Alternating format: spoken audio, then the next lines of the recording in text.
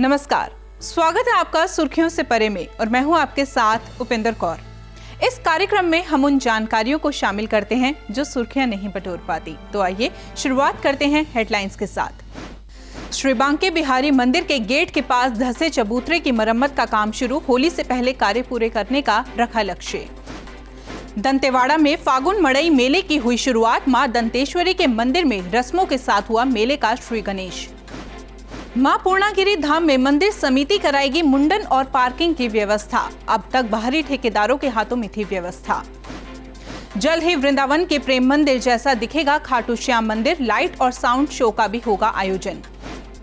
महाकाल की भस्म आरती में भक्तों के प्रवेश की संख्या बढ़ाई गई, 300 श्रद्धालुओं को मिलेगा निःशुल्क प्रवेश। आइए अब एक नजर डाल लेते हैं सुर्खियों पर। वृंदावन के श्री बांके बिहारी मंदिर के गेट के पास धंसे चबूतरे की मरम्मत का काम शुरू हो गया है। मंदिर प्रबंधन ने विशेषज्ञों की राय के बाद कार्य शुरू कर दिया है। होली से पहले कार्य को पूरा करने का लक्ष्य भी रखा गया है। बागपत के प्राचीन दिगंबर जैन मंदिर में पार्श्वनाथ भगवान की मूर्तियों के प्रकट होने के 100 वर्ष पूरे होने पर 3 दिवसीय भव्य शताब्दी प्रकट महोत्सव का आयोजन किया गया। मंदिर प्रांगण में आयोजित धर्म सभा में श्रद्धालुओं ने बढ़ चढ़कर हिस्सा लिया।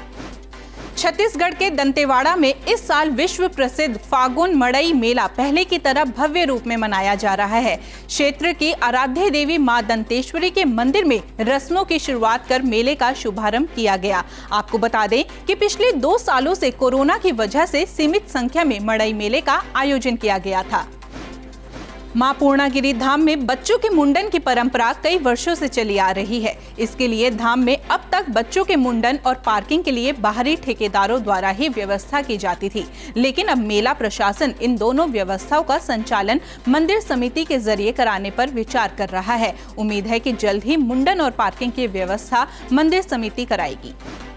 सीकर में बाबा खाटू श्याम की लक्खी मेले में भक्त पूरी भक्ति और उत्साह के साथ बाबा के दर्शन करने आ रहे हैं। इसी के साथ मंदिर का रेनोवेशन और विस्तार भी किया जा रहा है। उम्मीद है कि अगले साल तक खाटू श्याम मंदिर वृंदावन के प्रेम मंदिर जैसा दिखने लगेगा। रात में यहाँ लाइट एंड साउंड शो भी कराया जाएगा। आज रंग भरनी एकादशी है और रंग भरनी एकादशी पर द्वारकाधीश मंदिर में ठाकुर जी रंगों की होली खेलेंगे। वहीं कान्हा के जन्म स्थान पर भी श्रद्धालु लठमार होली का आनंद लेंगे। इस होली का आनंद लेने के लिए भक्त दूर दूर से आते हैं। महाकाल के दरबार में सुबह 4 बजे होने वाली भस्म आरती में अब दर्शनार्थियों की संख्या बढ़ा दी गई है। इसमें से 300 श्रद्धालुओं को निःशुल्क प्रवेश दिया जाएगा। श्रद्धालु काउंटर से भस्म आरती के निःशुल्क टिकट सुबह 9 से 12 बजे तक बनवा सकेंगे। इसके अलावा प्रतिदिन 400 दर्शनार्थियों को 200 रुपए शुल्क के साथ ऑनलाइन परमिशन दी जाएगी। हिमाचल के जनजातीय जिला लाहौल स्पीति के काजा में पहली बार पुरुष वर्ग में राष्ट्रीय आइस हॉकी प्रतियोगिता 2022 का आयोजन शुरू हो चुका है। 20 मार्च तक खेले जाने वाली इस प्रतियोगिता में देश भर से 6 टीमें हिस्सा लेंगी। नोएडा के सेक्टर 15 में सिद्ध शनिधाम मंदिर द्वारा गौशाला का निर्माण कराया जा रहा है, जिसमें बेसहारा गौवंश की सेवा की जाएगी। गौ माता के लिए चारे के साथ साथ यहाँ चिकित्सा की भी सुविधा होगी। सुर्खियों से परे कार्यक्रम में आज के लिए बस इतना ही, लेकिन जाते जाते आपको छोड़ जाते हैं आज के इतिहास के साथ। नमस्कार।